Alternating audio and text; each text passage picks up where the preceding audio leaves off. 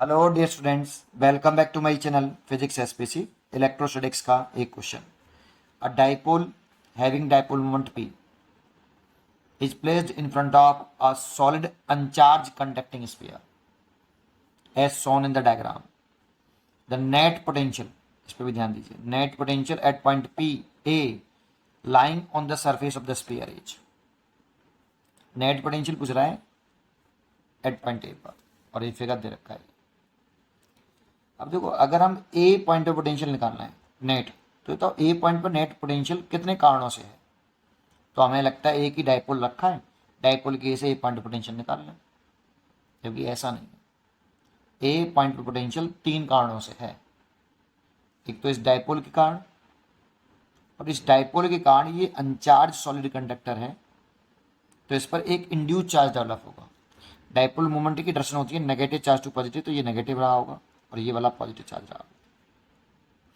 इसके इंडक्शन से, ये कंडक्टर है, इक्वल एंड अपोजिट चार्ज आता है, तो ये नेगेटिव है, पॉजिटिव है, तो यहाँ इंड्यूस चार्ज डेवलप हुआ होगा ऐसे नेगेटिव, कुछ इधर नेगेटिव आया होगा और कुछ इधर पॉजिटिव आया होगा।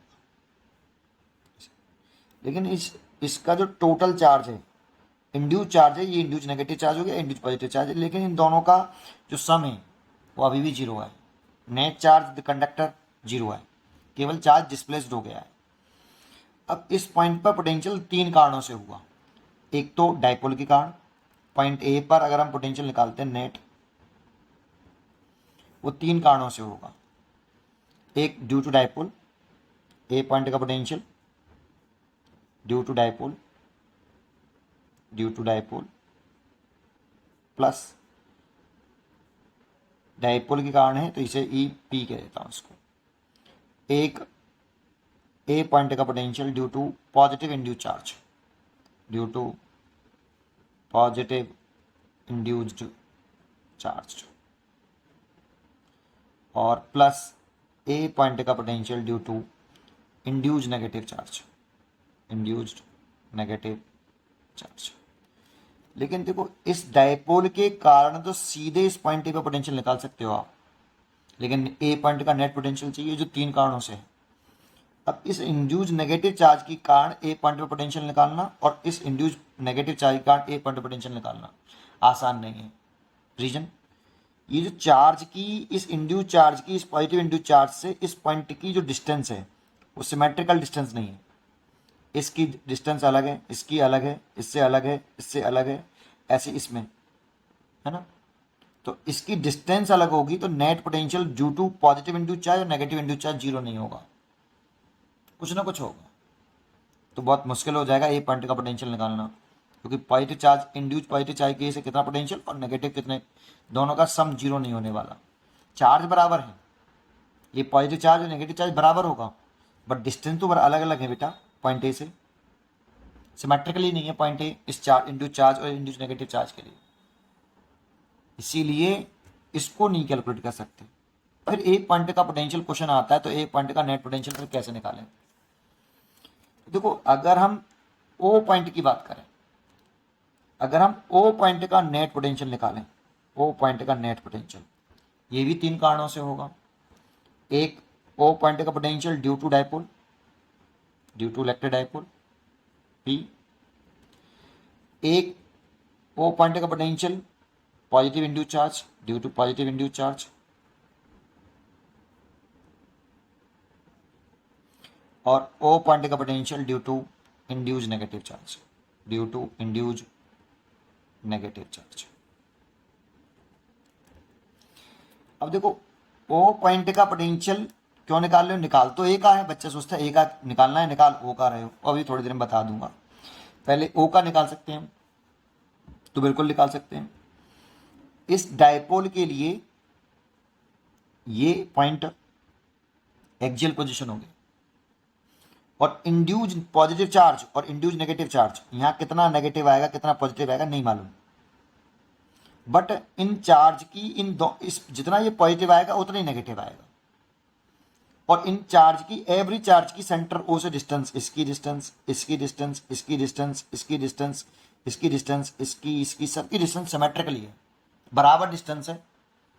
और चार्ज भी बराबर है, तो पॉजिटिव और नेगेटिव चार्ज का जो टोटल पोटेंशियल होगा, पॉजिटिव चार्ज का पोटेंशियल पॉजिटिव होगा, नेगेटिव चार्ज का पोटेंशियल नेगेटिव होगा, लेकिन इन दोनों का टोटल पोटेंशियल कैंसिल हो जाएंगे, ये इक्वल एंड अपोजिट होंगे ड्यू टू पॉजिटिव चार्ज और due to negative charge. O point का पॉजिटिव भी होगा और मैग्नीट्यूड में इक्वल होंगे और साइन में अपोजिट होंगे, इसलिए नेट पोटेंशियल ये तो जीरो हो जाएंगे बेटा, ये कैंसिल कर देंगे एक दूसरे को। अब रह गया डायपोल की वजह से पोटेंशियल। तो डायपोल की वजह से अगर पोटेंशियल निकालें तो ये एक्सियल पोजीशन है, और एक्सियल पोजीशन है तो इसके सेंटर से अगर ये डिस्टेंस में, वैसे तो स्मॉल आर मानते थे लेकिन स्मॉल आर यहाँ दे रखा है, इसको हम एक्स मान लेते हैं, रटा हुआ फॉर्मूला नहीं होना चाहिए, कंसेप्ट होना चाहिए। तो कितना होता है एक्सियल पोजीशन भाई, के ये 1/4πε0 है, dipole moment P over R square होता था स्मॉल आर स्क्वायर, लेकिन सेंटर से ऑब्जर्वेशन पॉइंट तक की डिस्टेंस हुआ करती थी स्मॉल आर, यहाँ पे ये गिवन है इसीलिए मैंने इसको एक्स मान लिया, तो यहाँ एक्स का स्क्वायर, लेकिन निकालना है स्मॉल आर के टर्म में और फाई के टर्म में।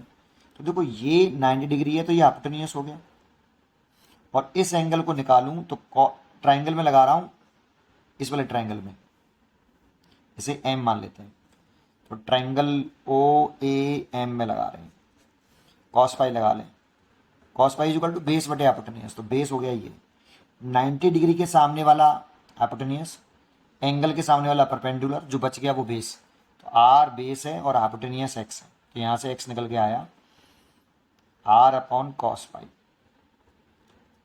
और यहाँ पुट कर दिया, तो के पी और एक्स की वैल्यू पुट कर दें तो R square upon cos square phi ऊपर पहुंचा दिया। ये नेट पोटेंशियल आ गया ड्यू टू 3 कारणों से था ओ पॉइंट पर, इनकी वजह से दोनों की वजह से इक्वल एंड अपोजिट होगा, इसलिए कैंसिल हो जाएगा।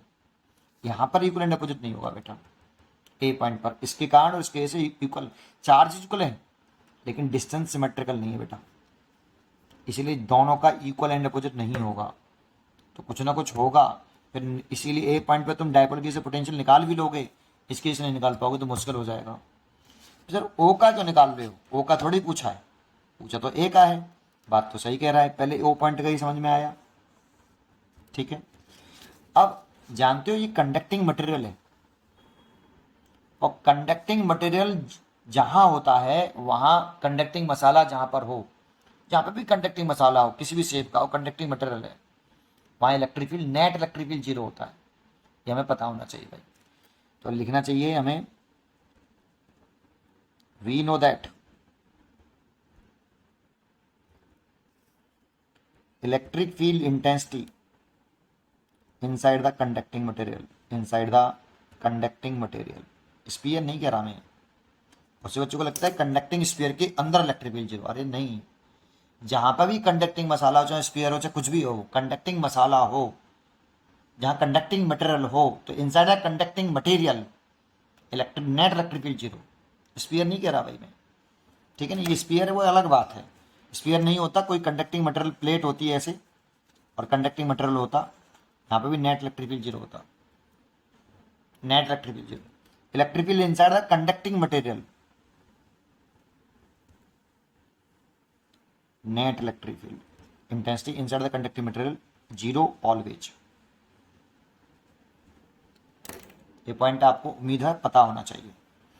अगर इलेक्ट्रिक फील्ड इंटेंसिटी जीरो, तो जानते हो जहां इलेक्ट्रिक फील्ड इंटेंसिटी जीरो होती है नेट, वो इक्यू पोटेंशियल रीजन होता है, कौन सा, इक्यू पोटेंशियल सरफेस नहीं कह रहा, इक्यू पोटेंशियल रीजन कह रहा हूं, रीजन अलग वर्ड है और सरफेस अलग वर्ड है। रीजन मतलब जहां पर भी इलेक्ट्रिक फील्ड जीरो होगा उस पूरे रीजन में electric field zero, potential same होगा, इक्यू पोटेंशियल रीजन होगा, उसके every point of potential same होगा। तो देखो ये वाले पूरा रीजन कंडक्टिंग मटेरियल है, ओ पॉइंट पे इलेक्ट्रिक फील्ड जीरो, यहाँ पे भी इलेक्ट्रिक फील्ड जीरो, जानते इस इंड्यूज नेगेटिव डायपोल मूवमेंट की वजह से इस पॉइंट पे इलेक्ट्रिक फील्ड आएगी, और इंड्यूज चार्ज की वजह से भी electric field equal and opposite होगा, इसके वजह से नेट इलेक्ट्रिक फील्ड जीरो हो जाएगा, इस डायपोल की वजह से मूवमेंट आएगा, इलेक्ट्रिक फील्ड की डायरेक्शन आएगी कुछ, और ये दोनों इंड्यूज चार्ज इस तरह से इलेक्ट्रिक फील्ड प्रोड्यूस करेंगे दोनों, कि उस डायपोल की इलेक्ट्रिक फील्ड को कैंसिल आउट कर दें और नेट इलेक्ट्रिक फील्ड जीरो कर लें। ये इंड्यूज चार्ज इस तरह से डेवलप होगा, इंड्यूज चार्ज इस तरह से डेवलप होगा कि इस डायपोल मोमेंट का जो ओ पॉइंट पर इलेक्ट्रिक फील्ड होगा उसको वो क्या कर दे, कैंसिल आउट कर दे, इन दोनों चार्ज का, इंड्यूज नेगेटिव चार्ज और पॉजिटिव चार्ज का इलेक्ट्रिक फील्ड, डायपोल के इलेक्ट्रिक फील्ड को कैंसिल कर दे, नेट इलेक्ट्रिक फील्ड जीरो रखेगा। अब तुम्हें कैसे मालूम है सर इक्विपोटेंशियल रीजन होगा? इलेक्ट्रिक फील्ड जहां जीरो होता है वो इक्विपोटेंशियल रीजन क्यों बोला आपने? तो पहले तो ये बात समझ में आ गई। इसीलिए ओ पॉइंट का नेट पोटेंशियल और ए पॉइंट का नेट पोटेंशियल बराबर होगा। अभी बता देता हूं क्यों बोला मैंने बराबर। इसीलिए ए पॉइंट का जो नेट पोटेंशियल होगा वो ए पॉइंट के नेट पोटेंशियल के बराबर है। इक्विपोटेंशियल रीजन है। इक्विपोटेंशियल रीजन मतलब एवरी पॉइंट पर, इस रीजन में एवरी पॉइंट का पोटेंशियल सेम। तो जहां इलेक्ट्रिक फील्ड जीरो, तो ये पूरा इलेक्ट्रिक फील्ड के अंदर ही तो है, इलेक्ट्रिक फील्ड जीरो है पूरे में। यहाँ इलेक्ट्रिक फील्ड जीरो, यहाँ जीरो, यहाँ जीरो। कंडक्टिंग मसाला तो एवरी पॉइंट पर है ना। तो हर एक कंडक्टिंग मटेरियल का जहां मसाला है, कंडक्टिंग मटेरियल है, वहां पर एवरी पॉइंट पर इलेक्ट्रिक फील्ड जीरो है। तो ये पूरा की पूरा जो सॉलिड कंडक्टिंग स्फीयर है ये इक्विपोटेंशियल रीजन है पूरा के पूरा। और इक्विपोटेंशियल रीजन है तो इसके हर एक पॉइंट का पोटेंशियल सेम है। इसीलिए ओ पॉइंट का पोटेंशियल और सरफेस ए का पोटेंशियल सेम होगा। इसलिए ओ पॉइंट का मैंने निकाल रखा है, कितना आया ये रहा, K P cos square phi over R square. इतना ही होगा ए पॉइंट का नेट पोटेंशियल। अब बात आती है कि सर आपने इक्विपोटेंशियल रीजन क्यों कहा? तो आपने एक फॉर्मूला पढ़ा हुआ, ई बराबर माइनस का डीवी ओवर डी आर। और इलेक्ट्रिक फील्ड अगर इफ ई बराबर जीरो तो लिखेंगे तो D V by D R is equal to कितना, जीरो। अब D V by D R zero तो वी कैसा, कांस्टेंट। अब बात आती है कि कांस्टेंट क्यों लिख रहे हो? D V by D R zero तो कांस्टेंट क्यों लिखा? तो आप जानते होंगे डिफरेंशिएशन का formula, D over D R किसी कांस्टेंट टर्म का डिफरेंशिएशन करते हैं तभी जीरो आता है। तो सोचो अगर वी कांस्टेंट होगा तो डिफरेंशिएशन जीरो आएगा। तो वी कांस्टेंट होगा बेटा। इलेक्ट्रिक फील्ड जहां जीरो उस जगह पर पोटेंशियल कैसा रहता है, कांस्टेंट रहता है। उस रीजन को इक्विपोटेंशियल रीजन बोलते हैं। इसीलिए मैंने ऐसा लिखा। इसीलिए ए पॉइंट का जो नेट पोटेंशियल है वो K P cos square phi over R square. इसीलिए इसकी चॉइस होनी चाहिए बी। उम्मीद करता हूं कि आपको ये क्वेश्चन जरूर समझ में आया होगा। पढ़ते रहिए और खुश रहिए। Thank you.